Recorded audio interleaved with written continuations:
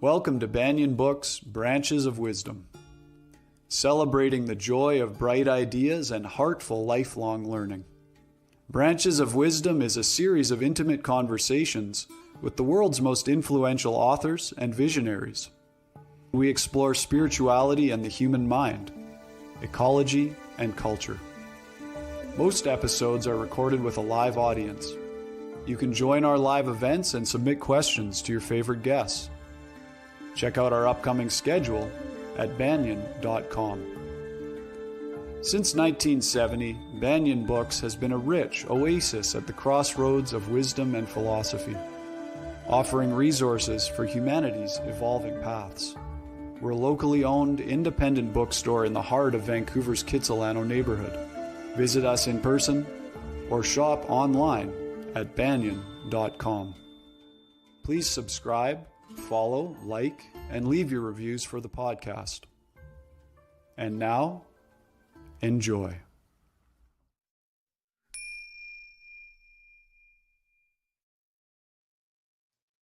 Hello and welcome. I'm Jacob Steele, Events Manager at Banyan Books, and today we are delighted to host Mark Nepo in conversation about his new book, The Fifth Season, Creativity in the Second Half of Life.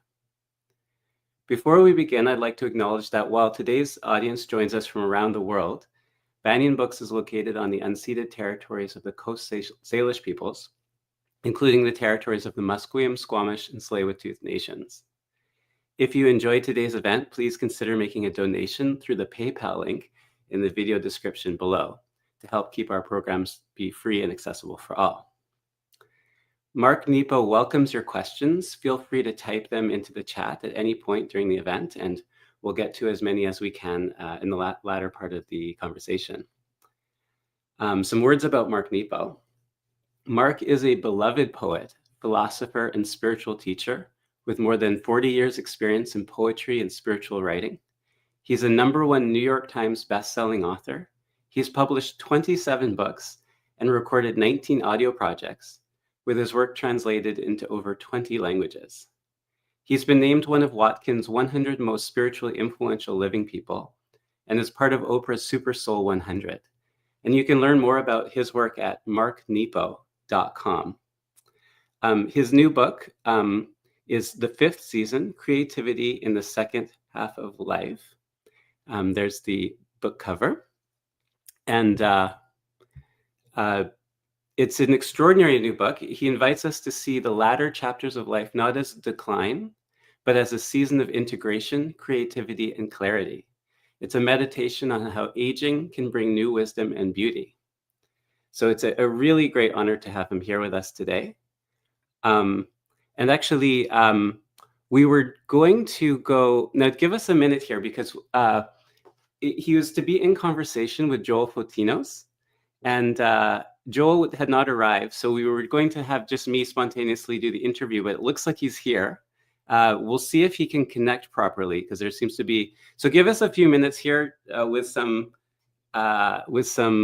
technical things, and we'll see if we can bring him on. If not, I've got lots of questions. So let us just bring it on, and here we go. Okay, here's Mark, and here's Joel, and he's here. All right, perfect. Welcome, Joel. Oh my God! Glad you made it just in time. What a journey today to get on. I'm so sorry. Welcome. I'm glad everything's okay. My computer decided to reboot. Oh, gee. Well, may I just say a couple of words about who Joel is, just so you all know? So Joel is the founder and editorial director of St. Martin's Essential. He's the former VP at Tarcher Perigee Penguin Random House. He's the author of Prosperity Principles, published in more than 14 languages, and was named Spiritual Hero of the Year by Science of Mind magazine. And he's here to interview Mark. Okay, I'll turn it over to you guys. Thank you, Jacob. At the last second. So sorry, Mark. I hope I wasn't stressing you out by this. So No. It's good to see you. Absolutely. And I should let everybody know that you are my wonderful publisher and editor, and we're a creative team. We are a creative team. In fact, this is a result of our creative team work.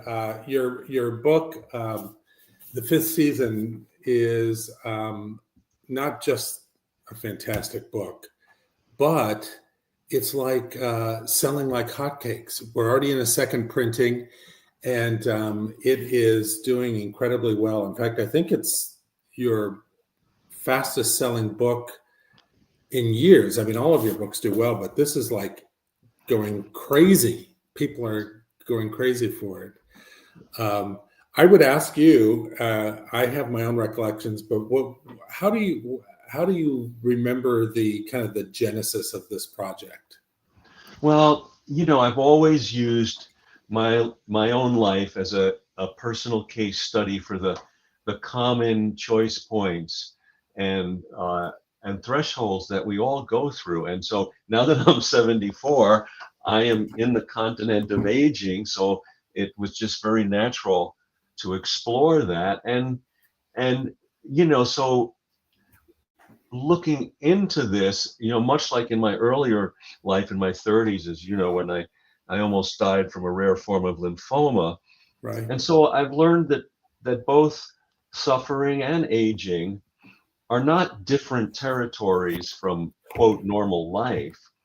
They are heightened experiences that bring into relief and make more clear the spectrum of choice we all live through at any time in life. And while, this book is focused, the learnings have been excavated from aging and the second half of life, they really pertain to the inner journey and living in the world authentically and kindly, because we are, after all, whether we're aging from 20 to 40 or 40 to 60 or 60 to 80, we're always in this process, this journey, this mysterious journey of a lifetime, of spirit in a body and time on earth.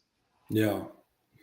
I remember when you and I first talked about this project, and it kind of came out of a conversation we had.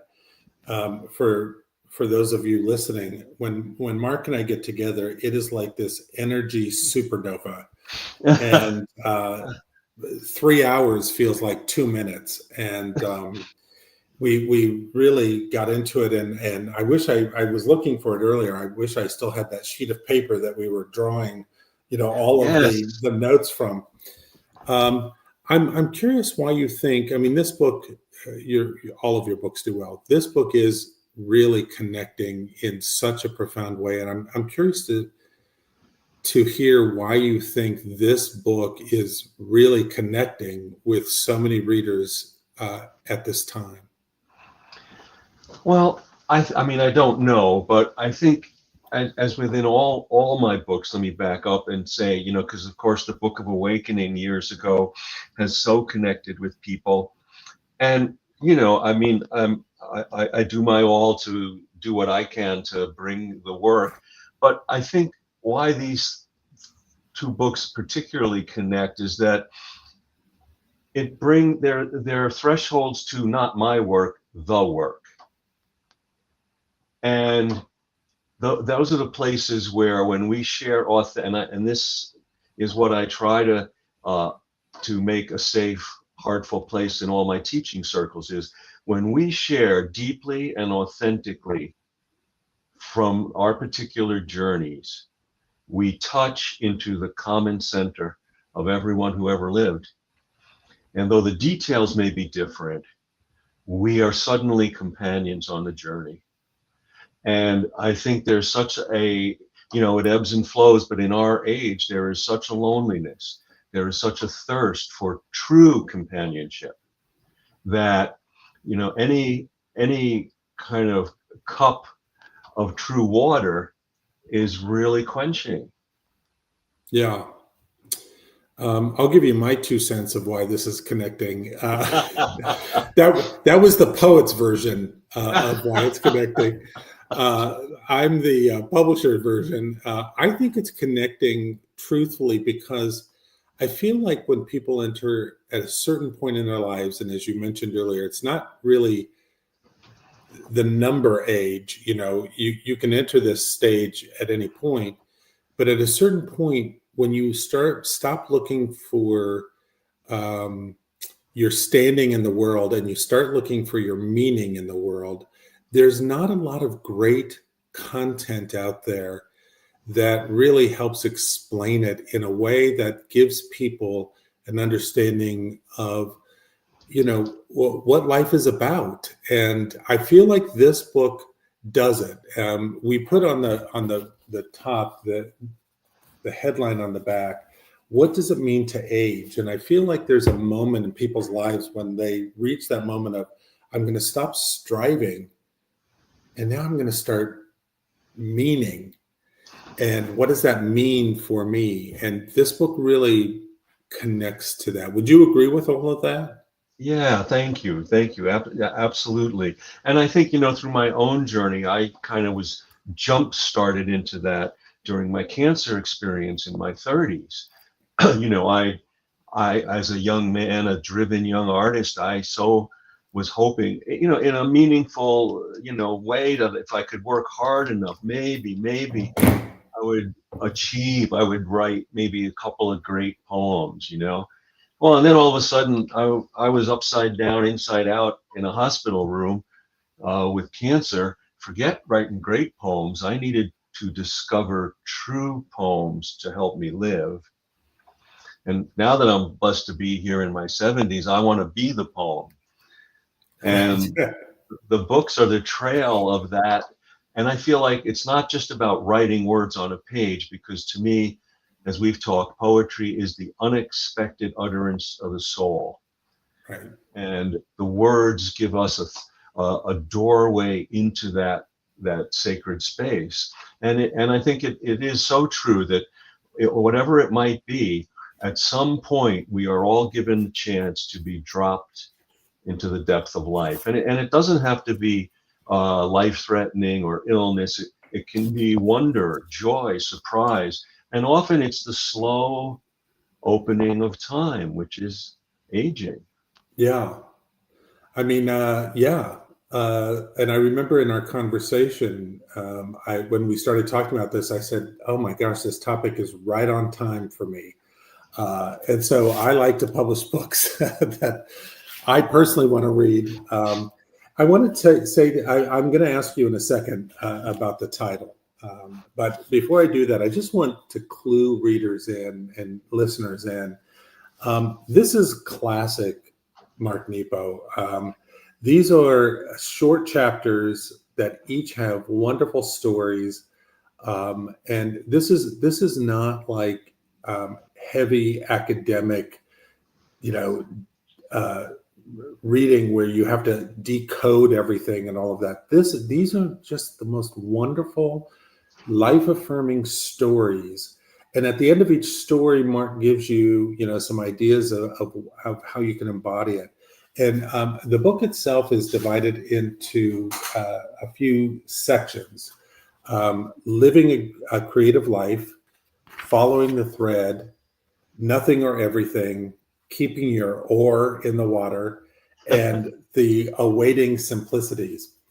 And he kind of, has really formatted the book around these kind of major themes. So I'm going to ask you, Mark, about the title and what that means and where that came from.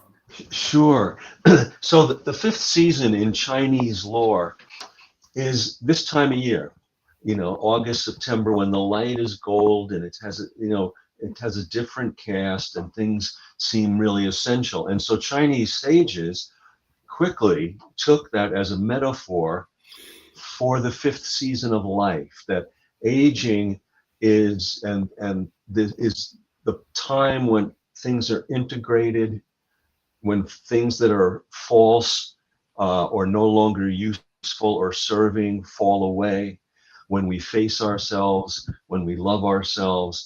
And so the fifth season is that time of bare essentials. And what I love about this too is they term this journey into the fifth season as the heavenly pivot. And again, there are a lot of transitional moments for us. It could be all of a sudden when your sense of who you are suddenly isn't serving you. It could be when a dream that you worked for unpacks itself into something you never imagined. You know, it could be with the loss of a loved one, it could be through grief and disappointment, or the sudden surprise that you are worthy.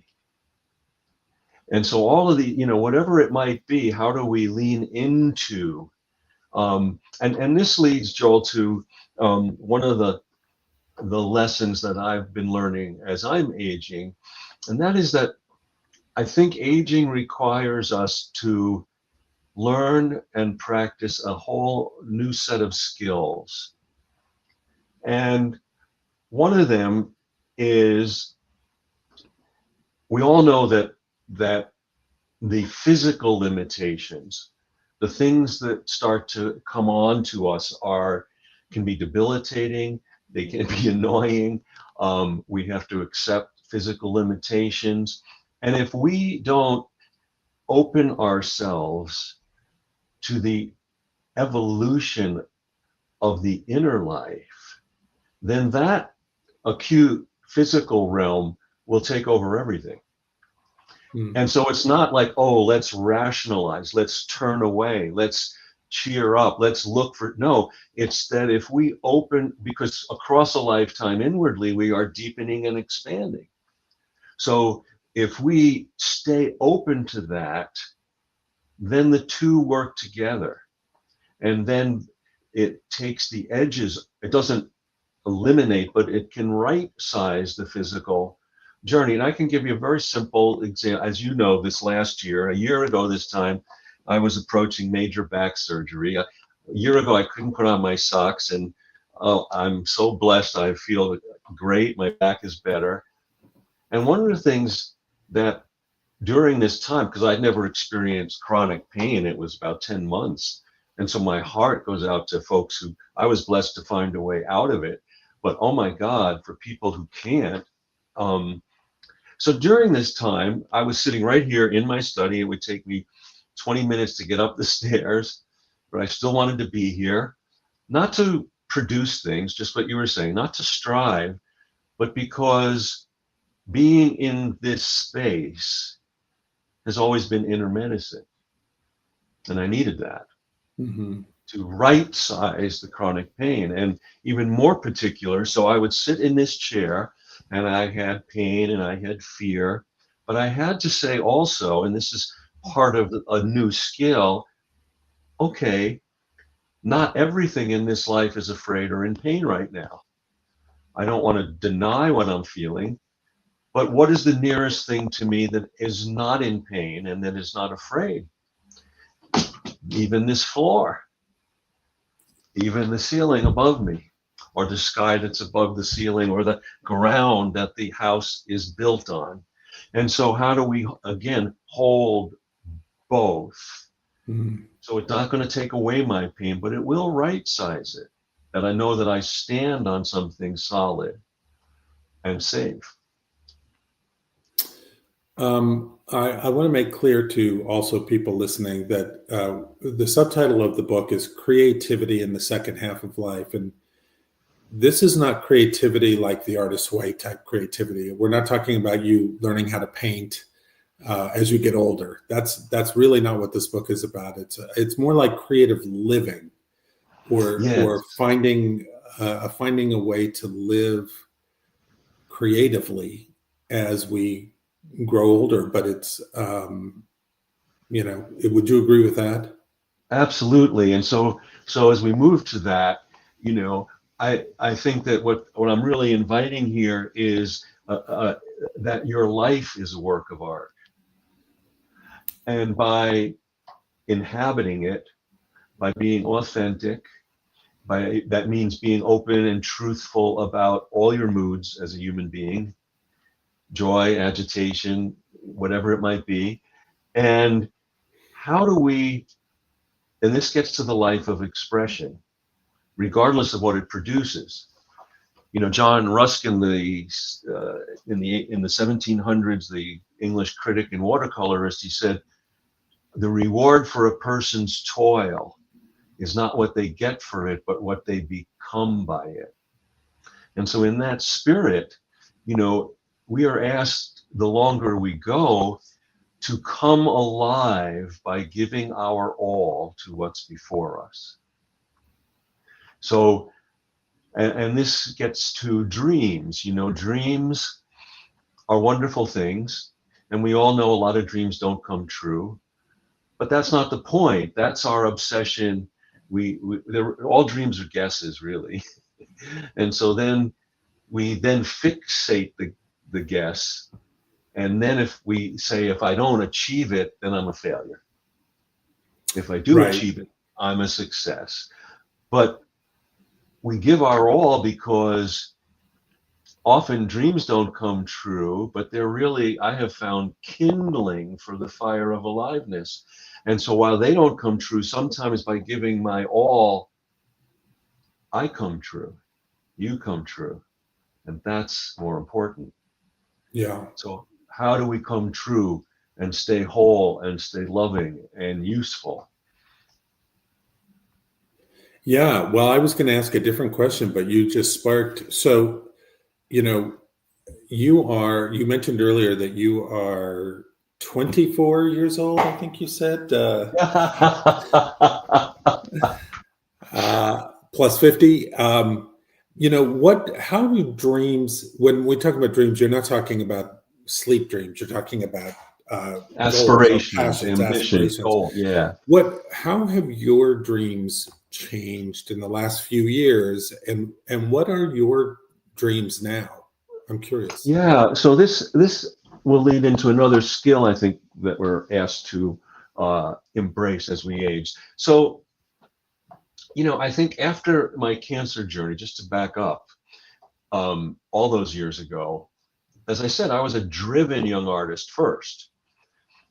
And on the other side, I woke up so glad to be here, but I lost my drive. I couldn't, and I thought I lost my gift.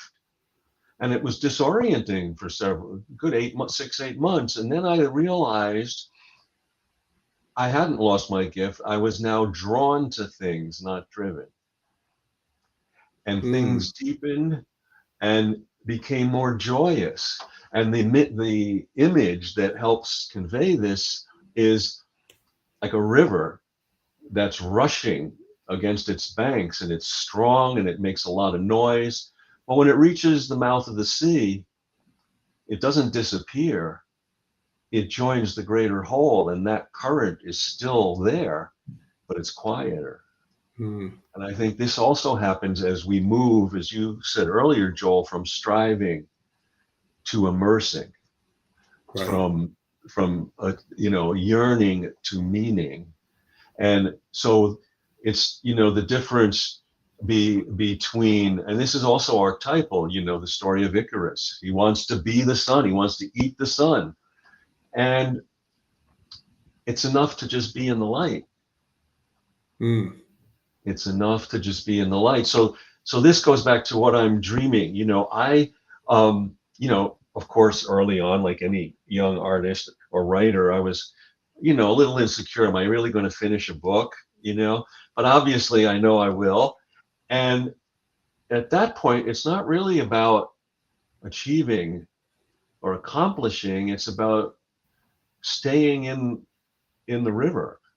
I'm a fish who's found the current, thankfully, and there's nowhere else I want to be, because life moving through my gills keeps me alive and vital.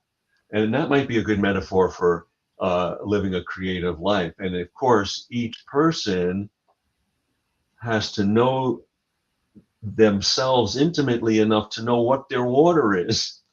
What is it you need to let move through your gills to bring you alive, especially as we age? And it's easy for fish and birds. Their elements are known, but we are so multifaceted that this is the work, the inner work of self-knowledge, the true inner work of intimacy with our soul is, how do we find the element that will make us most alive? I'm really struck by the phrase you just used, drawn, not driven, drawing to us rather than kind of making things happen. And, and of course our society is, you can make it happen and pull your bootstraps and all that stuff. But when you really do everything you just said, what you do is you become magnetized almost to the things that you want. You draw to yourself, and that's a completely different mindset almost. And it feels, as you said it, I was thinking, gosh, that just feels so much more powerful than trying to make things happen, but to be it and embody it, and then it, and also there's no place to go. There's no place to go. And this is one of the... You can be here or you can be there, but either way, you're going to be somewhere. And this is one of the great paradoxes, in the surface world, we do go from here to there. But once we're truly together, it opens the same eternal moment. And if anything I've learned is that there is no there, there's only here. And so the real journey of meaning and coming alive is from in to out. And that's also what living a creative life means, is because the aging process physically is from out to in. Oh, this hurts. Oh, this doesn't work. Oh, what does this mean? But the journey from in to out keeps filling us and keeps bringing us alive with all the colors. And so so how this dream then, a new skill that I mentioned is our relationship to dream and memory. And, so nostalgia, I would offer, is when 30 years ago, there was this wonderful relationship, this wonderful experience, or this wonderful creative journey. And I go back and I think, oh, I have to go back there to have it again. But I would say the true purpose of memory is that is always in us. That spark is always in us. And the true purpose of memory is to visit that experience, to see where it lives in me now.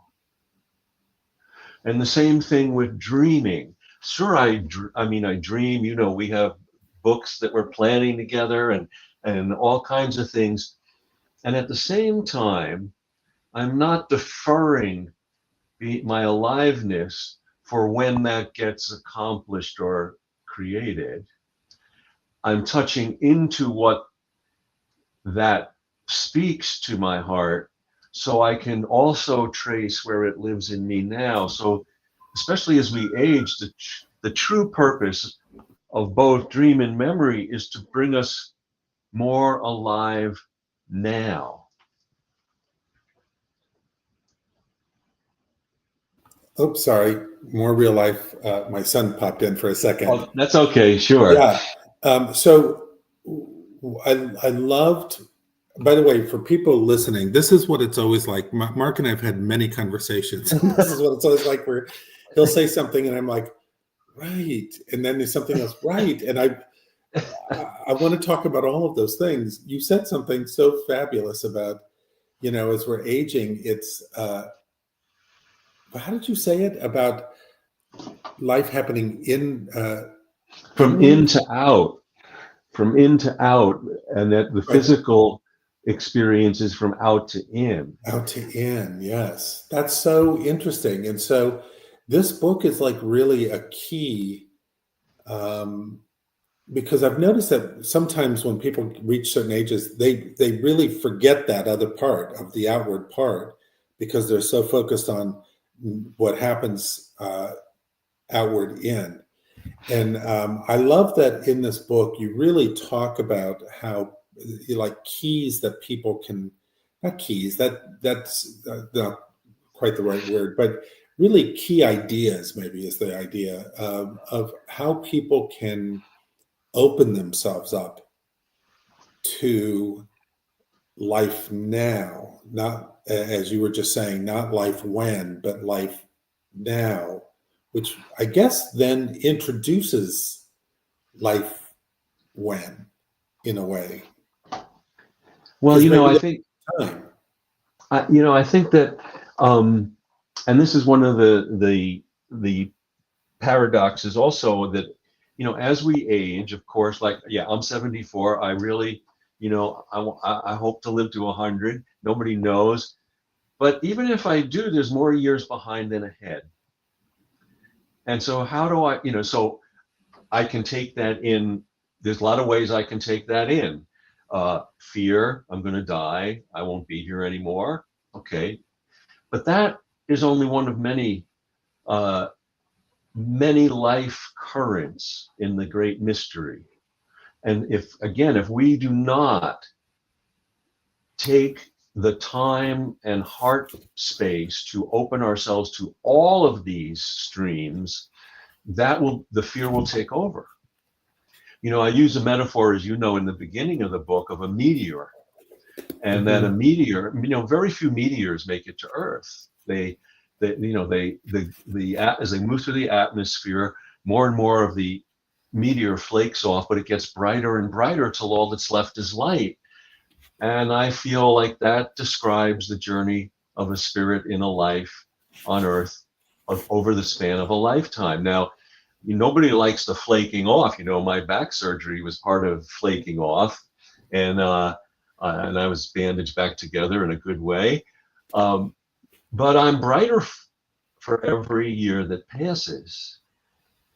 And that's the gift. That's one of the gifts of aging. And then what do we paint, sculpt, express, love, care for with that added light? Mm-hmm. And that's just a messy, noble part of the human journey. Yeah. I guess too, you alluded to it, the fear maybe that can come with aging, that there are more years behind us than ahead of us, might have a hidden gift in it, in awakening us and motivating us to not wait for things. And that's something you talk about in the book as well, that kind of hidden gift of aging. Well, and I again, not throwing any wisdom on my part, but these were some of the hard gifts of going through my cancer journey years ago. I mean, one of the things, and to refer here, Winston Churchill said wonderfully that planning is essential, but plans are useless. Right. And I think that's the same thing, with aging. So ever since almost dying, I both am thirsty for life, and I'm also, every day. So I'm a list maker. So I wake up every day and I make a list of the things I want to do and the things that need to be done. And then I come up here with a cup of coffee, and our dog isn't here right now. She's with Susan, and Zuzu is beside me. And then I say to myself, if today is my last day on earth, what stays on the list? And then I deconstruct the list. And then maybe I add that I call you or my oldest friend, Robert, to say I love you. Even I might have called you yesterday, but if this is my last day. So you might say, well, why make the list? Because I live in the world. Right. And so I have to make the list, and I have to take the list up. That's part of the fifth season. It's reducing it to what's only essential. Right. But we still have to make the list because we can't skip over being here. Right. That's the both and. Yes. That's the both and. Yeah. And for those listening, I will tell you that Mark, I've worked with hundreds and hundreds and hundreds of authors, literally. And Mark is by far the most organized one of them all. I mean, I'm not even kidding. By far, the most organized one of them all. I love it. I love that idea, though, that you start the day with that list and ask that question. That's something really practical that I think people listening could really take away right away, which is to spend that time every day. This is one reason on a different creative track, I do the artist way every day, and I've been doing it for 30 years.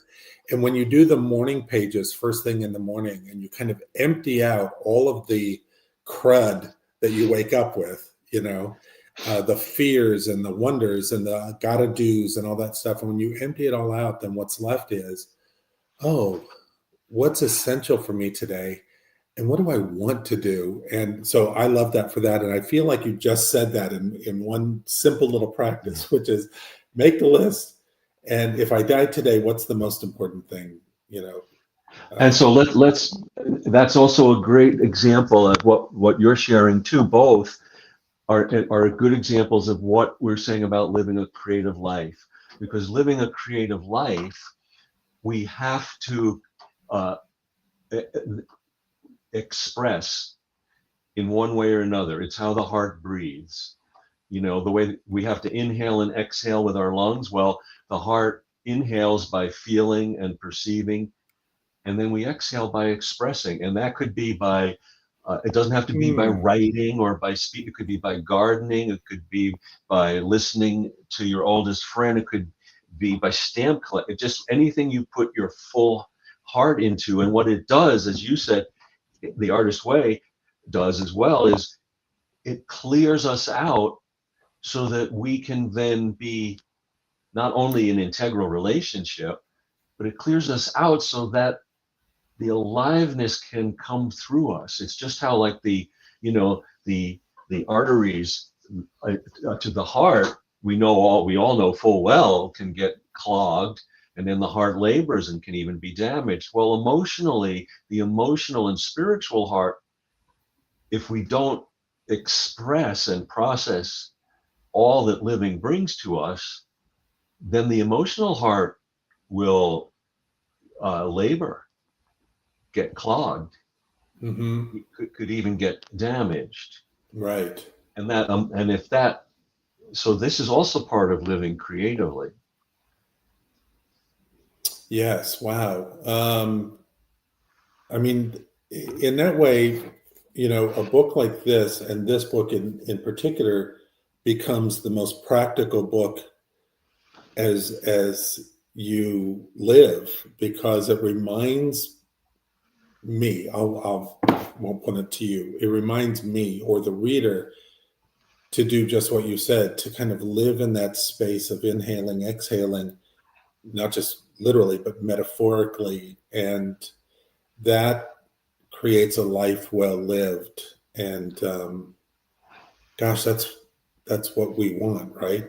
Yeah, and as in all my books, and I always include these questions, journal questions or just conversation questions, as an effort to an invitation for anyone who's reading to see where this lives. If something touches you, where does it live in your life? And therefore, I really hope and welcome any of my readers to read this book, especially slowly.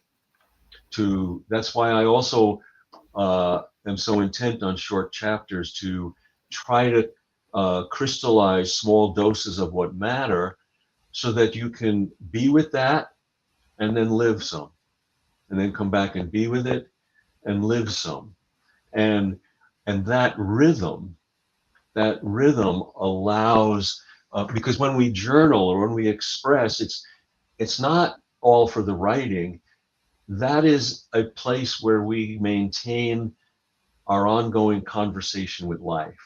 And I discovered, I discovered this when I was, when I was in high school, and my first love, went to college ahead of me, and of course that ended the relationship, and and I was devastated, and so I started writing. Actually, I started writing poems, and just write, and journaling, and after I started to heal, I realized very quickly I wasn't just talking to myself. I had that heartache and joy had opened a conversation with the universe, which I've never stopped.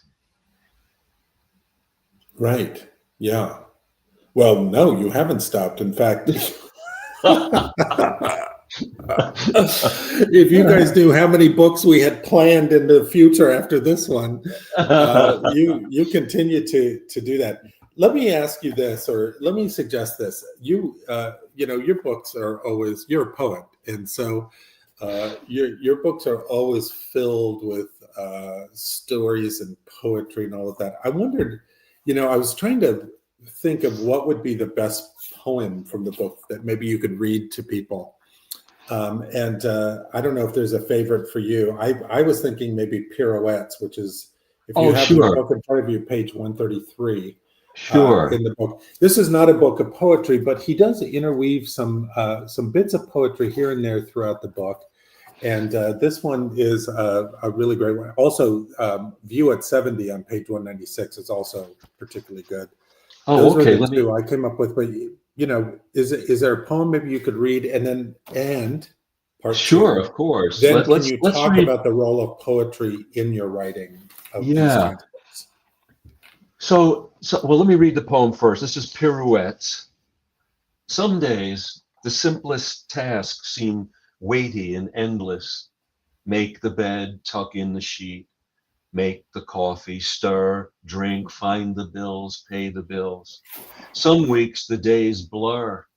Get on the plane, get off the plane, get in the car, get out of the car, sign in here, sign out there. Then I got your email saying, isn't this all a blessing? We get to make the bed and tuck in the sheet. We get to make the coffee and stir it and drink. I emailed you back, what's the difference? You called me up and said, oh, my friend, if we can just keep falling down and getting up, it all becomes a dance. So first off, the reason that I include poetry is that, and as I said, all of this is poetry to me,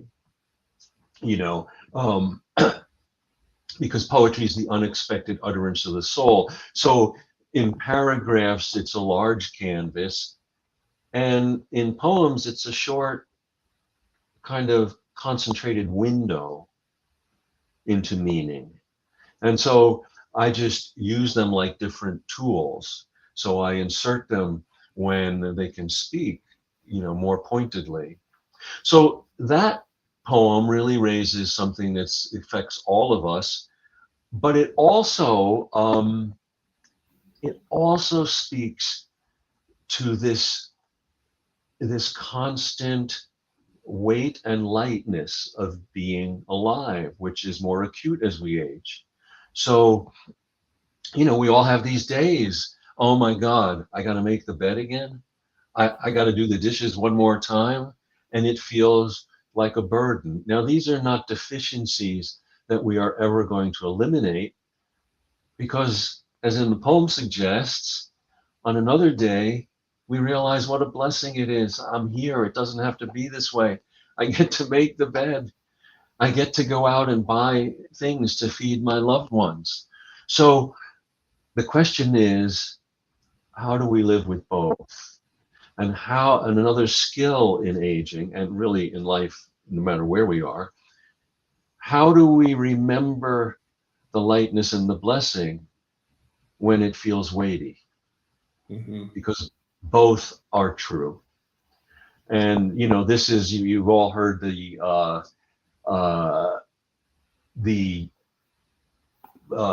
proverbial question, is the glass half full or half empty? Well, it's always both. And the practice is, how do we live with both? How do we navigate both? And that is also a practice as we age, because when the weightiness comes, we can get stuck in it. Yeah. I just noticed that we actually have a comment section. And as you were saying that, as you read the poem, I'm just looking at the comment section. I'm sorry. I was a little discombobulated because the computer was a problem leading into this. But people are loving the poem. And somebody, let's see, Deb says, this book is like my best friend right now. Reading and listening slowly and having it as a course, be a course, a lesson, a study. Oh, thank you. Ali Sipkri Winfrey, I guess, I'm sorry if I've mispronounced that name, said, how would you define poetry? What mode of thought or living makes or defines a poet? That's an interesting question.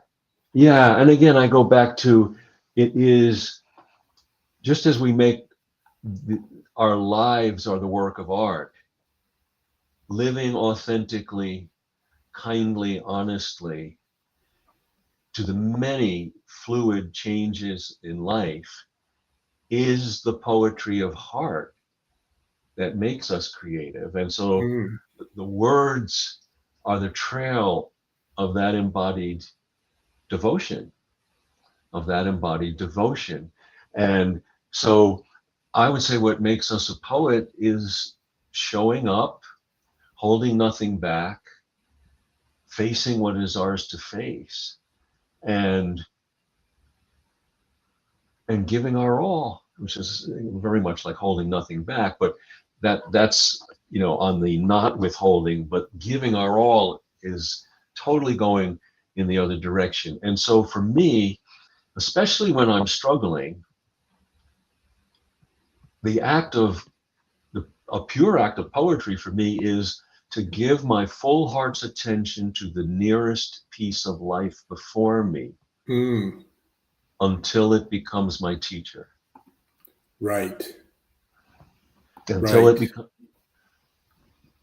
it could be a fly on the window.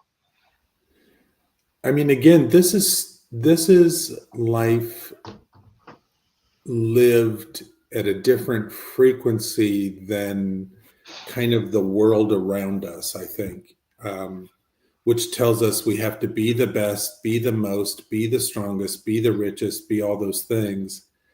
And yet what you're talking about is being wherever you are, and seeing and experiencing the most of wherever you are. It reminds me of like Brother Lawrence, the practice of the presence. He was the cook, and he listened and swept, and he listened to all the brilliant minds, and yet the book that he wrote is the one that we all remember today. Yeah. Well, this brings up a great example of this.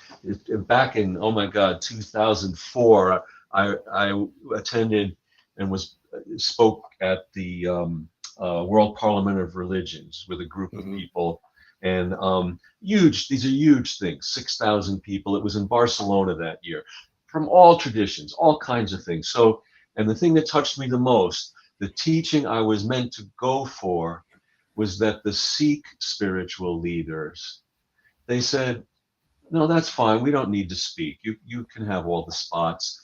We'll just feed lunch to everyone every day. And these Sikh leaders on this patio of this conference center on the Mediterranean, in silence with kindness, every day for this week-long conference, we'd feed 4,000 people rice and bread. Serving rice and bread. And that's pure poetry. Yeah.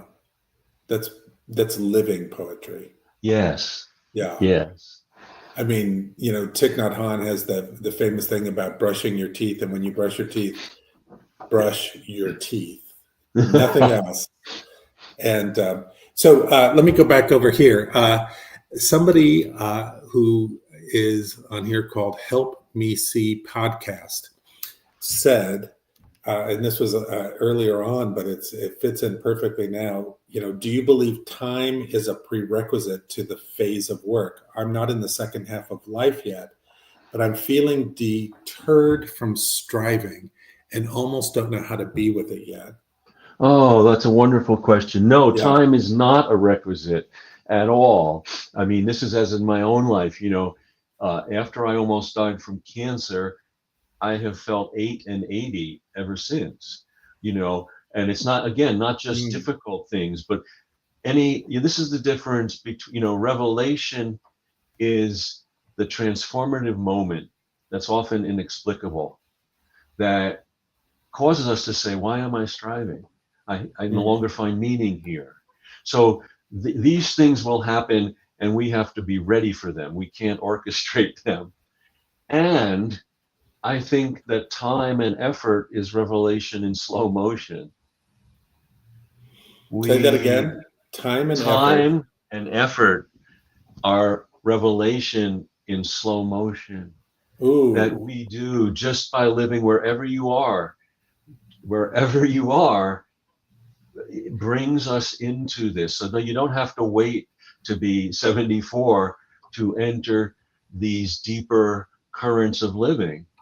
And I think that these are the ways we have to be ready for the swiftness of grace to appear and for the slow unfolding over time by which our embodied days give us grace. yeah. So anytime, any time, and of course it will take adjustment. Let me just say to this, because when we shift in the ground of our being and the ground of our living, even when it feels like the most right choice or right event in our lives, it's disorienting because we haven't landed in what's new. And this is where Kierkegaard, the Danish philosopher, said that anxiety is the dizziness of freedom. Not anxiety Wow. like we're going to the dentist. Anxiety is the dizziness of freedom because, well, wait a minute, this was solid ground, but it's not serving me anymore. And I'm over here. And the proverbial, we all know the image of the flying on the trapeze, and the moment when the trapeze artist lets go of the one swing and hasn't yet grasped the other. That's the anxiety and the dizziness of freedom. We will land there, but we're not there quite yet.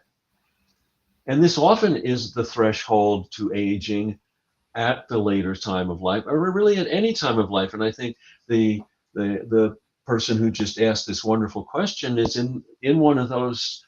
You can feel that it's this isn't working anymore, and that brings us, and I've shared this with you before, Joel, but it's one of the most wonderful roots, our original definitions of words, and that's the word sacrifice.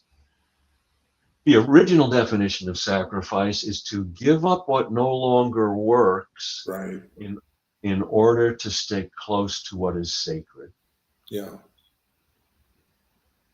What it's bringing up for me is that just being in the present moment is so different. We're taught to leave legacies, but I remember my mom passed away last year, and I remember shortly before she died, she said, "Well, I want to leave a legacy." And I said to her, "Why?" And because she hadn't fully lived, in my opinion, yet. And it's like, if we fully live, we don't have to leave anything because there's nothing left to leave, right? Yeah. And this is, I have a chapter in there on legacy, and very much in that spirit, Yeah. as you know, I use the image of that, this goes with the striving and the controlling. We are taught that legacy means I'm going to control, engineer, orchestrate, manipulate, that I will be remembered when I'm gone. Mm-hmm. And I have found, still blessed to be here, that legacy is more like you're suggesting, Joel. To me, it's more like we all know how stars, once they die, still emanate light for centuries. Yeah. So if we can live a creative life and live fully here and be kind and present and listening, then like the star, our authenticity and kindness will give off light after we're gone. It's not something we have to tend. Right. It's something we have to be now, and the legacy will be the natural byproduct of living a creative life. Stop worrying about what it's going to be and just be it now. And and it ties into, we've got about 5 minutes left. We're talking about the fifth season, creativity in the second half of life with Mark. Nepo, author of so many great books. And you can see what our conversations are like. This is like one of our real life conversations because they just go. I had like 20 questions and we haven't touched on almost any of them because the conversation went where it is. But we've got about 5 minutes left. And what we're talking about here, which really is a theme of the book, Deb says here, I fear dying the way I am. Like it's important not only to live the way we want to live, but to live the way we want to die. I think that's an interesting thing. You know, this book is, by the way, this book is not about dying and it's not heavy. It's really inspirational. It's really uplifting. It's a book that you'll read it. If you read one of each short chapters a day or a week, you are going to be lifted and you're going to be impelled, I guess I would say, to really live in a deliberate way rather than be swept along the currents. But I do think that what Deb said here kind of underlies it, which is wanting to, make things matter. And this book really speaks to that. Yeah, well, thank you, Joel. And I think that's an important what Deb raises. And I would say, well, that's a very heartfelt. I don't want to die the way I am, and that opens the door to what do I need to do to be more alive. Mm-hmm. And again, short steps. What can I do today? What am I holding back? What am I not speaking?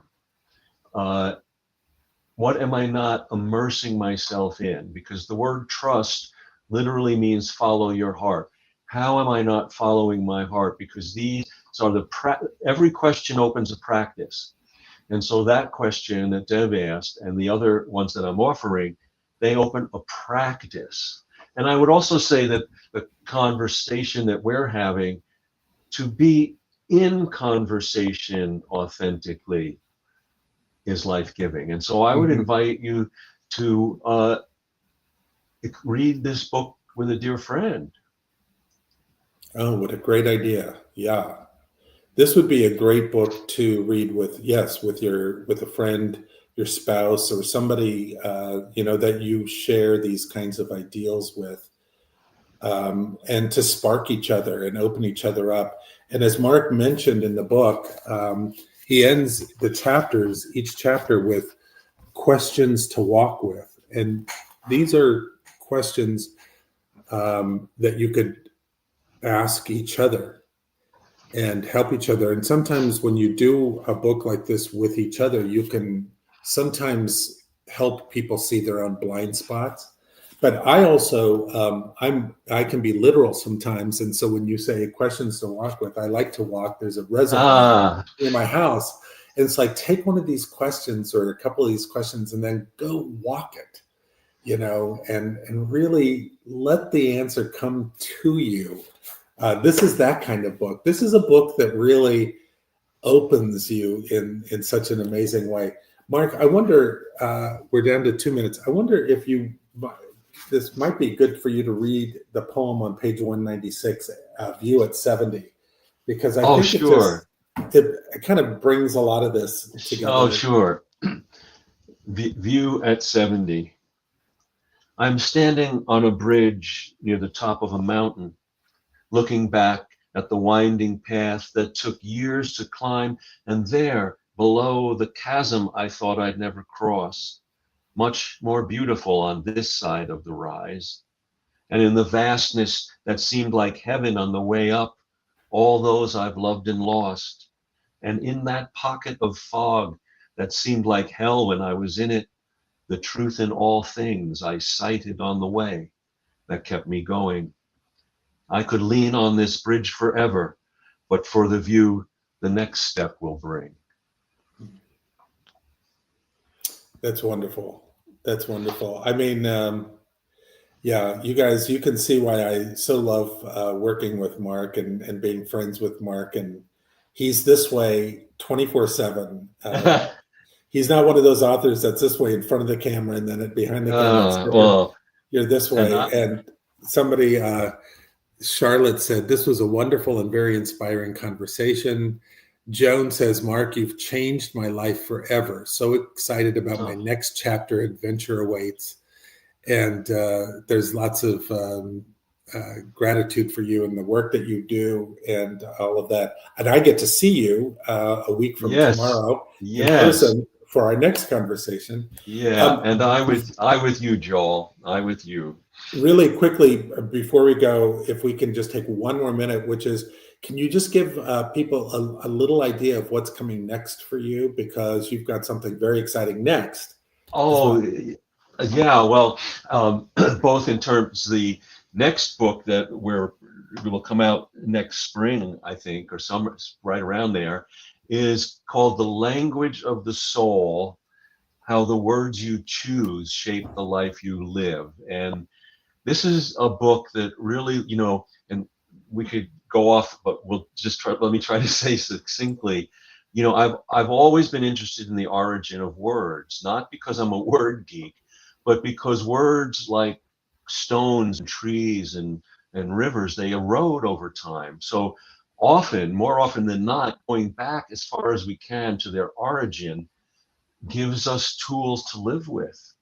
And so what I've gathered 228 words from 31 traditions, and Joel has helped me.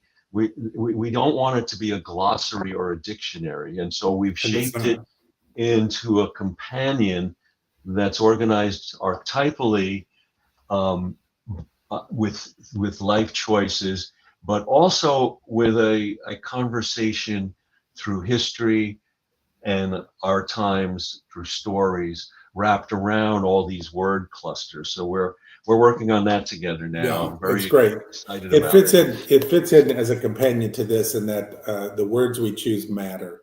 And this book is about the life we live matters, and how to make that happen. So, the fifth season, Mark Nepo, and of course the wonderful people at Banyan Books are always just fantastic hosts, and appreciate them.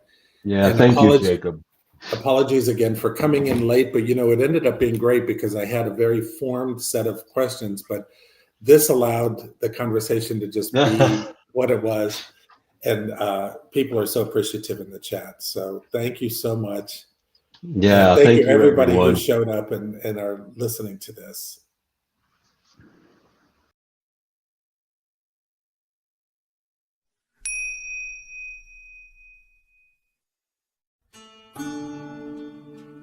Thanks for joining us for Branches of Wisdom, a podcast of Banyan Books and Sound, Canada's spiritual and healing resource since 1970.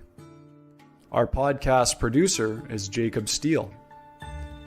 Watch all our conversations on YouTube by searching for Banyan Books, or listen on your favorite podcast platform. Please subscribe, follow, like, and leave your reviews and comments. We love to hear from you. For all our live events, books, and more, visit us at banyan.com.